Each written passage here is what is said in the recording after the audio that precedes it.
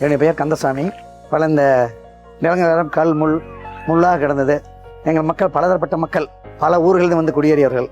இந்த நிலத்தை பண்படுத்தி சீர்படுத்தி கிணறு வெட்டி மின் இணைப்பு பெற்று கஷ்டப்பட்டு ஒவ்வொருத்தரும் ஒரு வீடு கட்டி விவசாயம் செய்து வருகின்றோம். என் பேர் பேபி. நாங்கள் சிவசங்கராபுரத்தில் இருக்கோம். எங்களுக்கு 50-60 வருஷ காலமாக இந்த பட்டா விஷயம் போராட்டம் போயிட்டு இருக்கு. என் பேர் செல்வராஜ்.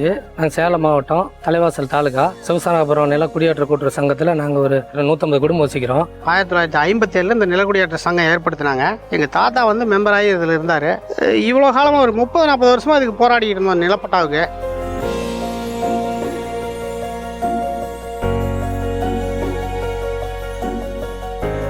அதில் இப்போ தமிழ்நாடு முதலமைச்சரும் சுற்றுலாத்துறை மினிஸ்டரும் ஐயாவும் சேர்ந்து எங்களுக்கு வந்து இப்போ பட்டா வந்து ஒரு 76 பேர் கொடுத்தாங்க. 200 சில ஏக்கர் கொடுத்துருக்காங்க. ரொம்ப கஷ்டப்படுறாங்க. நாங்கள் சின்னதுலேருந்து எங்கள் தாத்தா காலத்தில் அப்பா காலத்துலேருந்து இது பட்டா இல்லாதனால பல சலுகையும் இல்லை.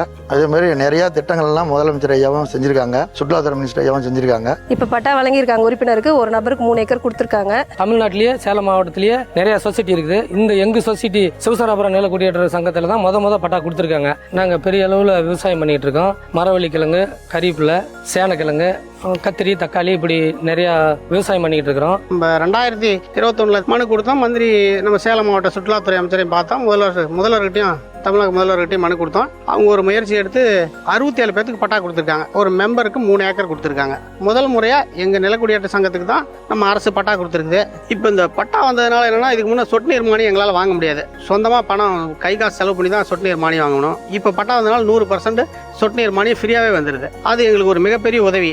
அதே போல் விவசாய கடன், வட்டி இல்லாத கடன் கூட்டுறவு சங்கத்தில் வாங்குறேன். முன்ன பட்டா இல்லாதனால இதெல்லாம் வாங்க முடியல. இந்த பட்டா வந்ததுனால இந்த செலவெல்லாம் எங்களுக்கு குறைஞ்சதுனால அது எங்களுடைய பொருளாதாரத்தை மேம்படுத்த ரொம்ப உதவியாக இருக்குது. ஸ்கூல் பிள்ளைங்களுக்கு ஃபீஸ் கட்ட, வண்டி வாகனம் வாங்குறதுக்கு அது உதவியாக இருக்குது. எங்களுக்கு இது ஒரு மிகப்பெரிய வரப்பிரசாதமாக அமைஞ்சிருச்சு.